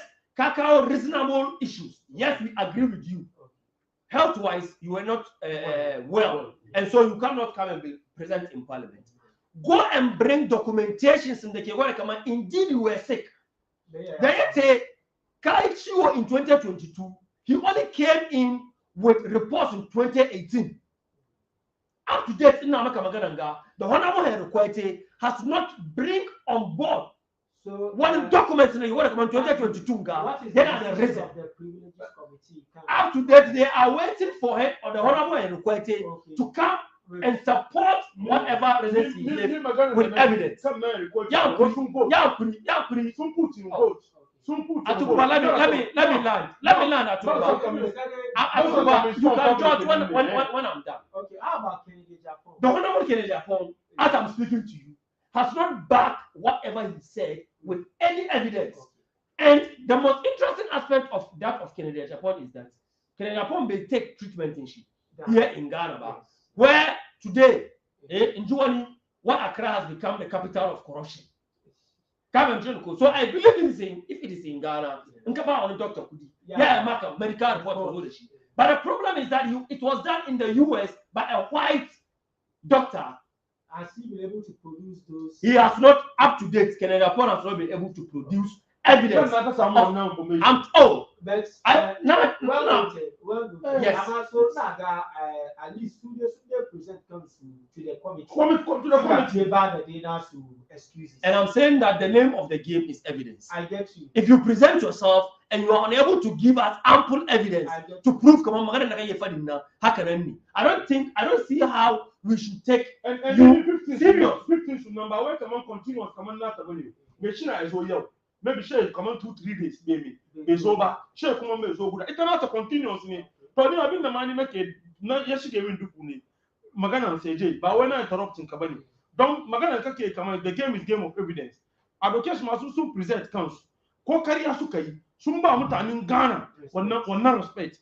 Ita da kuke batun don per the customer submission ka maganan ka duka da end kaman kana defend ita Adwoa Sarfo ne saboda mutanen parliament bai ga wanda suka present kan kai kana ga ma karya mi su suka yi sun nan wanda ba ta zo ba so ni da rasa maganan ga banyan kwamba biyu wan kana ba defend wani kaman mai shin nan a ba mai shi dama mutanen Ghana privilege committee ba su kowa ba wadanda kuma ka ce ya kamata a ce madami sun vacate seats to wanda aka neme shi aka invite shi zo da wanda bai zo ba why respecting ka so sun nan ma sun focus this AJ muna we are a country of laws and in the constitution ba abin da constitution muke so ya protect come on fundamental human rights and the law of natural justice is that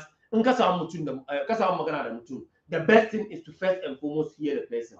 Now, I have proven, beyond reasonable doubt, come on, I don't think the party, the presidency have done enough to reach Adwoa Sarfo. I don't think they have done that.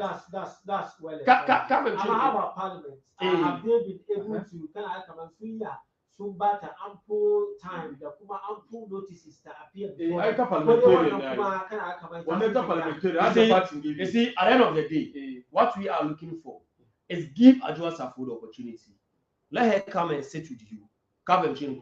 I don't see the haste. I don't see the rush. Why is it that Kamamuna in a rush, to sacrifice the young woman?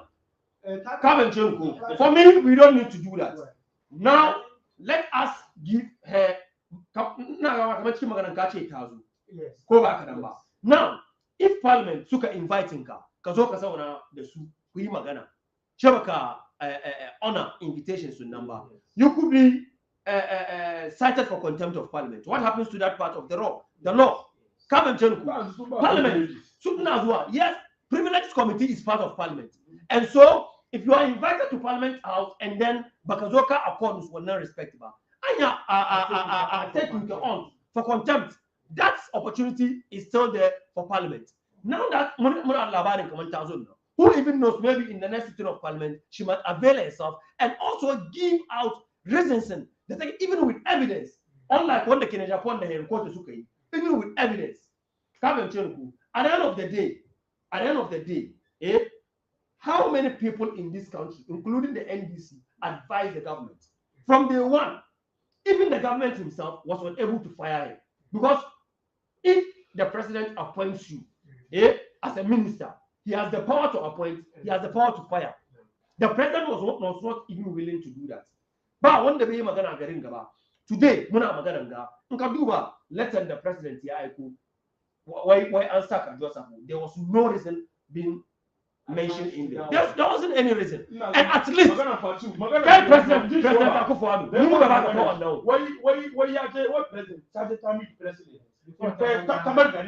so maybe the me the Kaduka, President when Magana later the president me, Sukai, but I'm saying, but Allah ma one number at Kesame, yes, I want me patience. Somebody maybe cover on health grounds. I've been Mutum never very base and make a Magana. Me ba magana da ni ne ba mi magana da ni nake ni na gwada ma irin rashin adalcin da me ba ta da mutanen constituency ta ba da mutanen party da me ta fito ciki suka election ta ba na gwada background da irin abinda zaman tannan zarshin tuwon tannan irin abinda ya muna kun zo kuna buga bayan mu kan batun ba abinci ba me da me ba biyan caterers ofisin wa kenan ita an doki an dabo mutum guda kai kuma ka ce ta je wurin president to ta seek permission ta ce shikenan da ta seek permission sai gari ya waye ne ya sa kanta mun ga ran zo mu ce bai mata me adalci ba kaman kan da kake yin ga so malam Fati wurin nan ina ga kaman at one point the president dai bai mata adalci ba at one point kuma president bai da boss kaman bai da kare jimi ya fayanta. You see, my humblest question is, so I don't know, is the Honorable Adwoa Sarfo the only competent person to manage that ministry? No. For how long has Honorable Adwoa Sarfo been absent? President. Yanzu Atuguba can raise issues of representation. Attorney General yaje court. Kama tun je chikwesi. Har yau muna magana ga je chikwesi bai da representation. Mutanen constituency ba su representation in parliament. Saboda argumentin da Attorney General ke je yi daga court. Aje shi aside up until magana ga ya kare.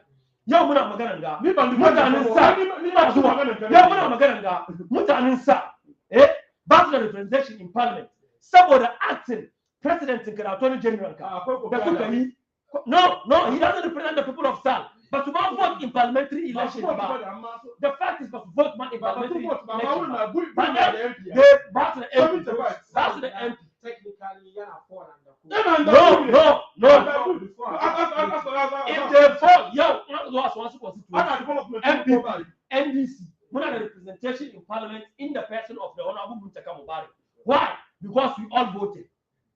But if there is a group of people in this country under a president in the loyally, and then under election, an entire election, general election, Show wannan mutanen nan ba su ainihin vote for a parliamentary candidate, but it tells you the people do not have presentation. But today,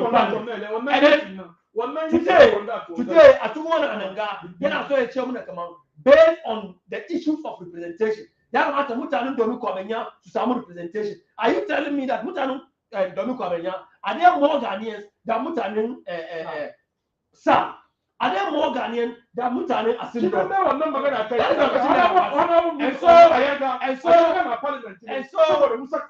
You see,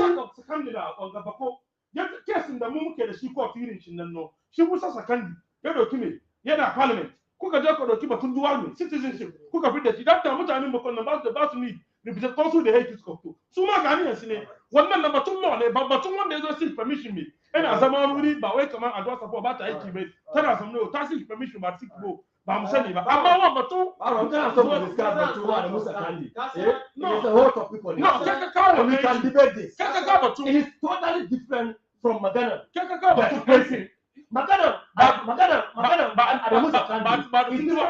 It's not different. It's the same position. This is a whole topic on it when we can sit down. Kaka chief on that ni ma na gwada ma. Kaga batun Adwoa Sarfo saboda even parliament ya zai ba da vegetation. So na ga it will be a running the issue that bai tun kare ba. More emphasis was just on firing the president, firing. So with regards to ta vacate seat na mai doka ya gwada na ji har yanzu ne masana ilimi cikin legal issues har yanzu suna kawo nasu sokaci. So we shouldn't even waste much time on that. Na san finally Professor H. Prempe, ya ce ma wai kawai min shi kai 15 days bai zo ba just fire the person. Yes. Of course. Finally, ina so mu met wanda issue da Kaduba finance minister ya je parliament ya present review. With IMF coming on board, she ana expect kamar wani changes ya zo significantly amma ba samu wannan changes ba. The little highlight da ya zo shi ne road toll da fara kuma an sa which na san Baron ka muna more explanation with regards to that. Amma E-levy is still as it is. Ba wani abin da ya sake. Kuma government na ga kamar discussion da shi da IMF suka ci has been a very good one, and they are expecting kamar su zo su support critical sectors of the economy na ya bari abin nan ya take shape. So da shi yanzu ya kake gani how will we fare from now till December? Very financially kamar prices at the pumps yana zuwa kasa drastically. Last time gradually rather but drastically, but last time kamar 2% ya take off. Sannan NPA jiya where the next pricing window which will be somewhere next week one of my kasa. So how do you see the economy in the light of the mid-year review that finance minister by? Okay, maga kaman kan da ka fadi ya zama kaman constitutional mandate ne wanga beginning of the year finance minister dey present budget, mid of the year ya kuma je ya present another budget saboda wannan take mu to the end of the year har even shekarar da zamu shiga. To ina ga kaman mostly mun follow budgets da kowane year yayi minister ke zuwa yana present kaga kaman mostly mai shin nan ma zuwa ne kudi ne amma a kara mai kudi saboda one or two things da yake nan amma kaga kaman wanga budget in the finance minister ya present this time around now ya unique bai je ya request for any additional money ba bai je request for any additional money ba idan ya zo ya gwada irin gains da muka yi da irin problems da muka face the projection da and ina ga kaman kowa san where garin nan da muka soma 2017 2018 how fast share economy nan yake grow ka gane ko muna move at the faster level how even aka zo ana abin da ba ne yake fashi ka he made a very profound abin da cikin introduction ya capture abin da IMF suka I can teams were in town before aka yi media review suka koma to abin da suka gaya shi batu challenges da muka face su suna duban shi the light of abin da ya shafi duniya duka Those who far about COVID-19 how to but to Ukraine. So key introduction, I think he captured it, which yeah, Kaganiko. Oh yeah. So she agoda irin problems na muka face COVID ya zo da ni da ka duka mun san kamar wurin da muke generate kudin mu sosai garin ga revenues. Port na ciki. Port ya zo almost a year port bai aiki. And even grants da muke samu from outside. Su ma suna nan suna jin jiki wa ne ba ka wannan grant. Ka gana airport. Ba foreign market da muke zuwa mu doki irin kamar China market coupon. Yeah. Su kuma they close their bai work.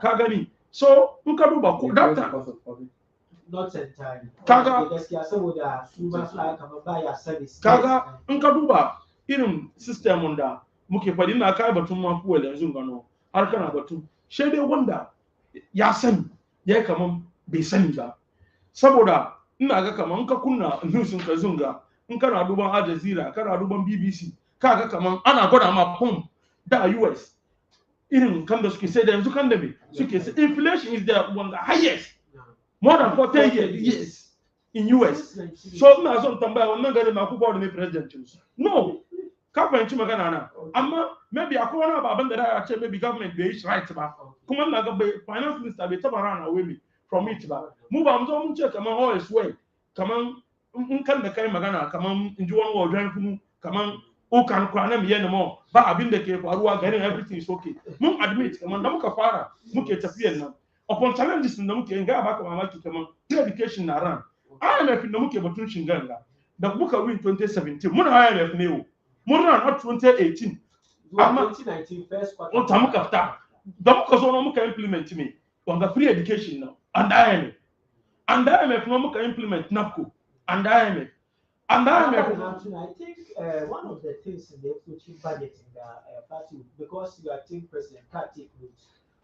Finance minister, well, NAPCO officially are in September. Yeah. So meaning you start now. Migrate from the you start. You remember the only statistics about 70,000 or so of them, 30,000 have been able to gain employment in the government and private sector. So I think it's a very Kaganiko. So batun wanga abinga da yake abinga duka. Government nan wannan wanga health insurance, she still me. Ena aiki, capitation, ena aiki. School feeding, ena aiki. Colleges of education, Adwoa buy kudi ma abia. I release muskudi. Saboda me sa nake wanga magana nan. Kaga NPP government. Kullum ena so gwada ma kaman. Inde su ke mulki, su ne the best people da suke su govern me. Garin nan saboda on da wanga abin ga duka dai zonga yau na ce mu fati ya gwada mu kaman mun gwada mu muna cewa COVID mu ce Ukraine da me ya bar mu kalan da wurin saboda mun zo sun kai mu wurin suna su da suka kai wasu sun ci naman ne sauran kashi ba komi amma sun nan ba mu san kaman yanzu mafi nasu IMF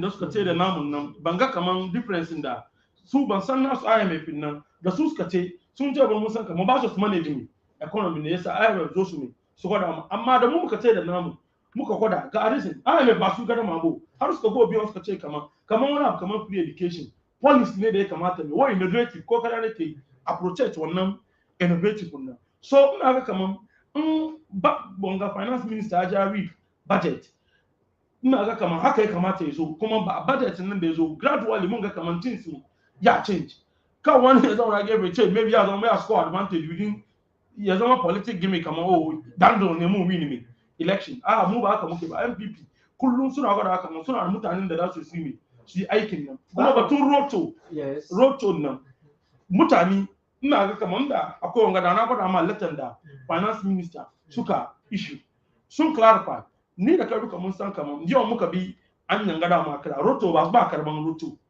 abin da government ya fadi ne kamar a penkoto a beja robin da yin nan ba mu da mu finance wannan ba individual a ide ne ni kudi government shi su suka je DOD agreement da zo mi yayi wannan anyan nan shi da kansa kamata ya generate kudi ya biya wannan me ya service wannan debt nan enin ka kamar ba nan mu ba nan kawai bane ko tura ko irin wannan arrangement ka gane so irin wannan anyan nan in an yi da ai saboda yau in ma mu gane su ba mu biyan to in ka duba wannan anyan da suka identify da yin nan yan waga a su ba gane su bane suna zuwa doki kaya nan me su wuce dollar karbi wana ka gane ko so wannan rules nan da ya batun shi ne shi ya batun kamar irin wannan rules nan ba biyan to amma wanda ya zama GOG projects da maybe sooner da su yi anyan nan ya so su service ba kamar da kuma kawo no some specific rules no specific rules magana finance minister okay shi Madam Fatih me da ka gaya about this media review yana ba ku confidence ko dai still gidan jiya da wani the economy looks quite bleak. I don't know in 3 minutes, so that we will keep 2 minutes. We'll do the 30th anniversary of the Patriotic Party. Seja, it's unfortunate we are discussing this issue as the last issue. Saboda cikin maganganun da muka duka shine da mafi girman al'amari. Don yau aka ce economy, wani economics, wani finance, wani menene. Ba wanda bai san wanga cikin rayuwar shi ba. In fact, kai ka je ka samu wanda bai taba zuwa school ba. Yana maka batun economics ko batun finance ya baka mamaki even though he doesn't know what is written in the books amma he understands it practically. So economics and finance are practical knowledge da kowa ya sani.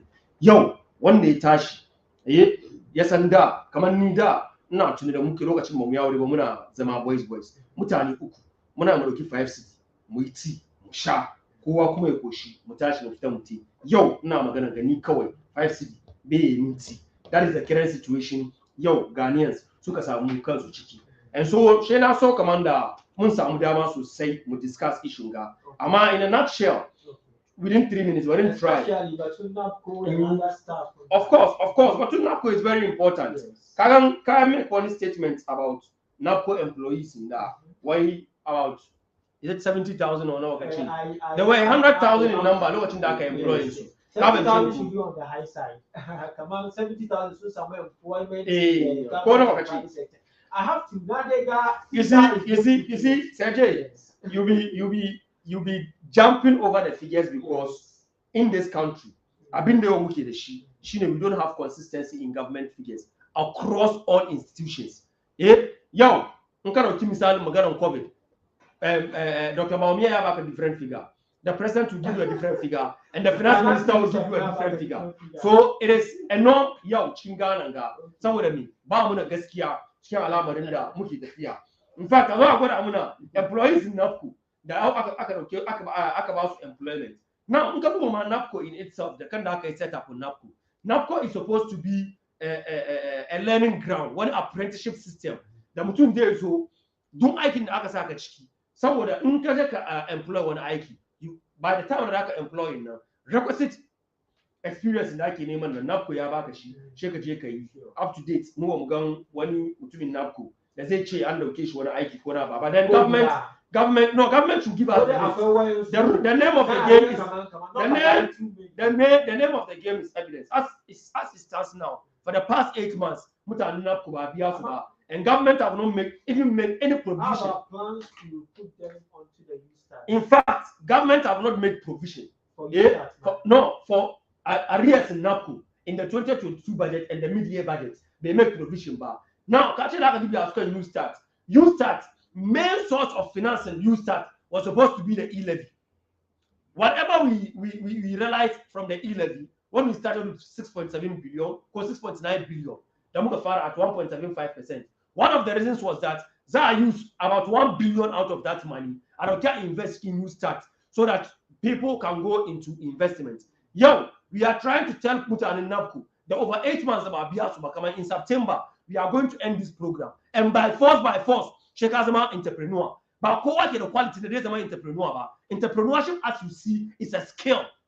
And until Mutuna will not scale now, I am telling you, wallahi, God could kasa anushi. Chera couldn't name your bony. Yo, 11 namuke fadin now. The government has not been able to even realize 10% of total expected revenue. But asamu 1 million now. Aja asa achiki YouStart. Inya NAPCO skafta. Asamu na kudi abasu. So entrepreneurship. And so for me, it is part of the deception of this government on young people. The government does not think about young people. Mutani kasanga. Matasa muke cikin kasanga. Government bet na namu. Yo, nka che ile bila ka jika ka ba mu $1 billion. 1 billion Ghana cedis a dauki a fara use start da shi now ilal babu samu abin da ake samu ciki ka zo ka ce muna kamar you are not going to ask for wani sabon kudi. The finance minister is saying bai ask for sabon kudi saboda yes ask for sabon kudi ya ba ce gwada mana wanda muka bashi nan me yayi da shi before mu bashi sabon. You see government in Ga we have the men government aka nake kiran su we have the men they always think kamar su kawai suke the men now and so they can just come and say anything and then they will go. It has been proven kamar government in Ga has spent monies that was not even budgeted for. As it stands now, we still maintain our position as minority in parliament. Kamar Bank of Ghana ya print 22 billion cedis ya ba government in Ga without recourse to parliament, which for me is criminal. We cannot be having this under a president da yake lawyer ne. Criminality da ke faruwa cikin garin Ga like the disrespect for laws da ke governing kasan Ga da ake yin Ga. How can you go and print 22 billion Ghana cedis when in fact in 2016 the lokacin da muke so mu extended facility with the IMF in 2016, one of the agreements da mu muka yi with IMF was that we were going to have a zero financing from the central bank of the country. You see, if you have zero financing from the central bank of the country, what is that develop investors just commercial banks suna samun kudi. Because what happens is that lokacin nan commercial banks will go to the central bank to just anshi kudi at lending rate su kara kadan as interest rate su zo su dauki su ba investors su yi aiki da shi. What is happening now is that this government is not even respecting that agreement in the Muda IMF muka yi about zero financing from the central bank, which is even a problem going into this IMF issue. Central bank nan suka yi 22 billion Ghana cedis. Ba kudi barin kare it is not inaccurate. It is not inaccurate. What is Nasser Kalu Kachemin Kaman Bank of Ghana so release? That is even what is making their issue worse, because sources in the structure clearly, as Adongo will say, the central bank is not a depositing bank. Why need a Kamun as deposit? So that is not what the central bank does. Central bank what they do is that usually bonds on government, they either sell bonds on behalf of government or buy bonds from private individuals on behalf of government. And when they do that, all these monies now become debt on the government. And so it is not that kind of whatever money you give to them now, at the end of the day, it becomes and then add on to the total debt. In the sense that as part of the central bank, why are one putting bank overdraft? What is bank overdraft? If you understand bank overdraft, bank overdraft is like a loan. Free money. No. From the central bank. From the central bank. As part of agreement in 2016 with the IMF was that there was going to be zero financing from the central bank. That's why in 2016, 2017, 2018, after budget in Kasanga, the central bank was not supporting our budget. We either realized revenues from our own taxes and then grants and loans. But this government, you know what happens? Come on, Misal, central government, depend on commercial banks. And some kudi. In economics, I can't overcrowded. Though every single commercial bank in the kitchen Kasanga as investors, kudi. What they first consider is the risk of default. The economy and the budget should have taken much of our time. Of course, it's unfortunate topic. I don't think it is over. Budgets and other issues of the economy, discussion, of course. So in 2 minutes, last month, 3 months ago, kuka samu 30 years. I don't know ko kai ka zo nan kake enumerate irin abubuwan da kuka yi kuka contribute with regards to democracy da muke enjoy. So now so mobile 2 minutes each. We'll report number wrap up. For the economy, definitely yeah, and we'll a better time we will discuss one. So Baron, Jamaican siyasa pa abin ganka suke celebrate 30 years. Ka fara mu da mu beginning of the program, how you have contributed to democracy from 92, yana kuka fight system now. So what other things have you done for the development of the party? Now team celebration, working together, holding together. Yeah. So now so within 2 minutes, no much time to say so that we don't Baron Party Ganikoya wish party number yeah. All right. So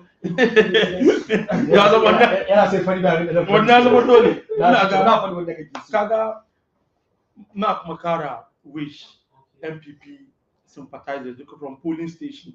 There's already coordinators, there's constituency executive, there's all region, there's all national. Happy 30th anniversary. Naga 30 years anniversary na mukayenga. Naga ako party mutanum which is NDC. Also the Social Democrat. Yeah, tena invite chicken debate. Soon the Social Democrats. I thought it's a fact. It was soon the Social Democrats. Mukuma omu anacho mu capitalism. Yes. So the pro policies in there ake so ade shi. Yo member man of party dama ko ni bayan magana ba. Ya fadi min guda tun da aka kafa party tsaro yo ma gabe sai. Baron Atuguba ko ni guess ne ta wazo ya je mu 2 billion. O ga abai social intervention. So yes sir. Mo in 30 years mo ka free education which is wanga free access in da muka kawo. In 30 years mo ka free maternal care. Ina ga cikin policy da gwamnati ya kawo kenan. In 30 years mo ka 1D 1F da aka sani 1 district 1 dam duka cikin 30 years ne 30 years mun kawo development zongo development plan which is mutanen zongo mu wurin suke samun go su samu ba da mu da batun su ba in 30 years mun na ga school feeding mun kawo so indan zamna it will go on and on and on yanzu ga wanda ma zo karu no guarantor system in 30 years in kana da national ID da muke so mu kawo nga sai ka je ka karbi loan ka ce wanga ka continue investing ka teacher and nurses training allowance in 30 years mutanen da suka zo ya karfin su ba su biya cikin IMF mun na ga muna biya in 30 years mu government now 101 hospital across board 11 yau ma magana ga 87 is at various stage of completion wanga ke gwada ma kaman in gwamnati ya ce ma kaman gwamnati ne so Baron break 8 it never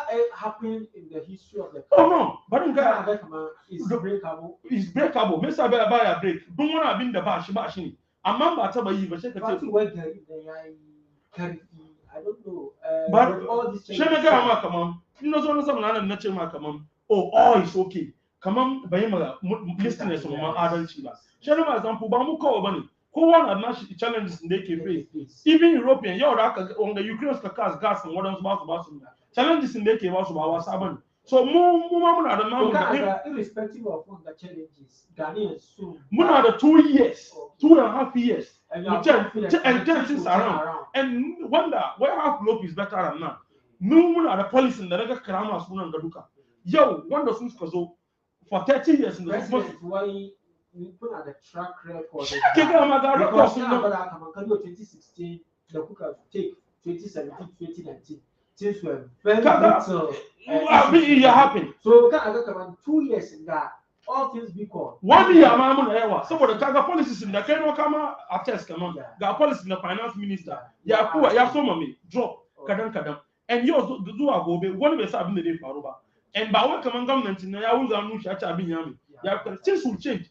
And mutane munsu na aka kaman kagan ka tambaye mutum and this ko zo fa wa da su ina ga 2002 akupo da bai win ba so batun ya ka free education ya kawo kaza ku fa batun free maybe so akwai policy that's one policy kullu su suna jira ne su capitalize on weakness in ka just to use ego Ghanaians ko pushing Ghanaians just to around yes I'm be short of power don't be say be ne ke yi ba plan kun ko the job ba ko mi she do ina yawo 1 year ya she so much so one numbers on policy 30 years on o mun celebrating shi kyau kuma breaking the 8 nan da yi ko Allah with that thing ni ko mi yayi kyau ina ga malam Fatih ba bai dadewa in abin ya kwanta sosai da zo ya zo join winning team ka understand okay that kachi. Oh, so Jay. The ruling government, ruling party is 30 years. So, but in conclude, don't share kaka tinani, but when I conclude magana nan number. Okay. One thing I want mutanen Ghana, especially matters in Ghana, to understand government in Ghana is not a government and that's also trust with their lives. So would even the 2022 budget and then the mid-year budget does not give any hope to the youth of this country. Nkana so nkana kaman kana jina azo abaka you start. You should know kaman e-levy is not working and so you start is not coming. It is only a deception. The government in Ghana to keep 30 years of the NPP.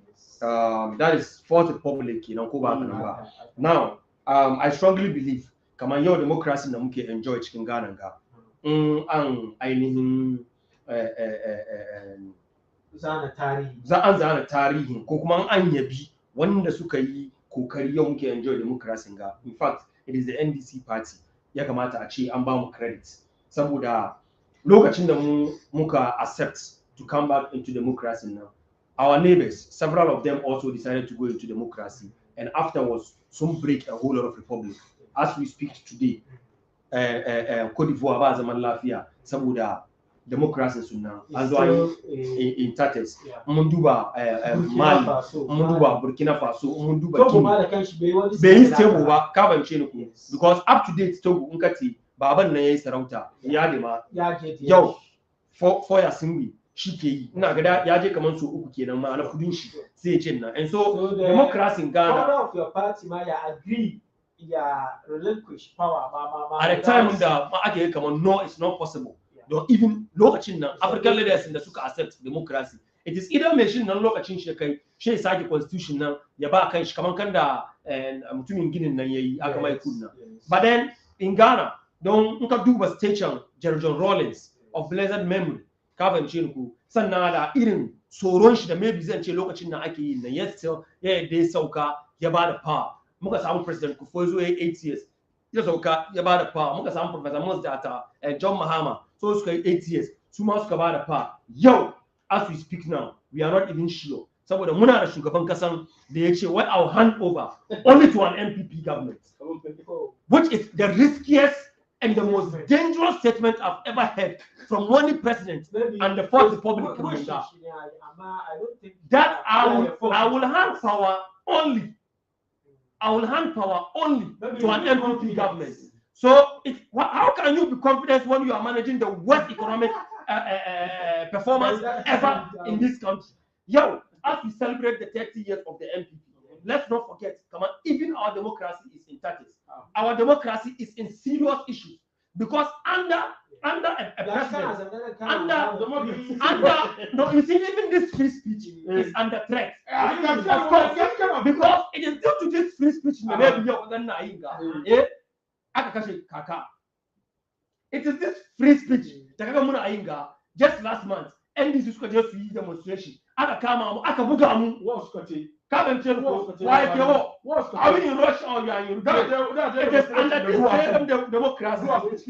What Ghanaians will remember under the 30 years in the year NPP suka celebrating is that our debt has reached the highest ever in the history of this country from Kwame Nkrumah up to date. But from Kwame Nkrumah to John Mahama, debt was only 120 billion. Yo, muna magana ga yana 400 billion.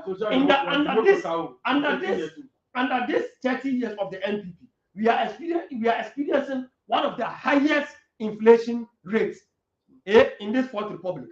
Muna have a almost over 30% next month. Zamuje inflation. We are now at 29.6%. Go back a number. 29.6%. If you approximate it, you have 30%. And then experts so predict even next month we are going to have external conditions now. Yamantero kowa shezo kana kawai injiro kana umya. When external conditions you see, I wanted to talk about this comparison with the USA. You see, as we speak now, the inflation of the US is around 7.3, 7.5%. Which is being said to be the highest. Kai kana cikin economy, economy ka is an import-driven economy. But meanwhile, Canada 39.6% of inflation. No, but So at 39.6 inflation as well. At 39.6 inflation. imports are dry. So I mean, the government of the money, the process never cow, you don't contain on that cow, but charges number. So we know the cash down container. And you think the only factor they can drive inflation is importation? No, I question no, but German never can't come about two. And so who is causing that even and the government do you know how much? We import rice into this country? At least John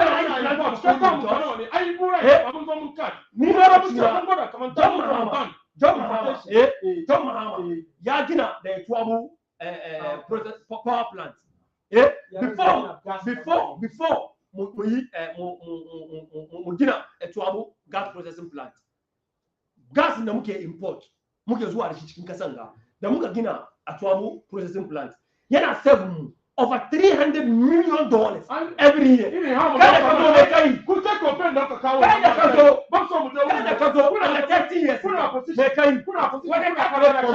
Company cannot do a Muga Gama. They can have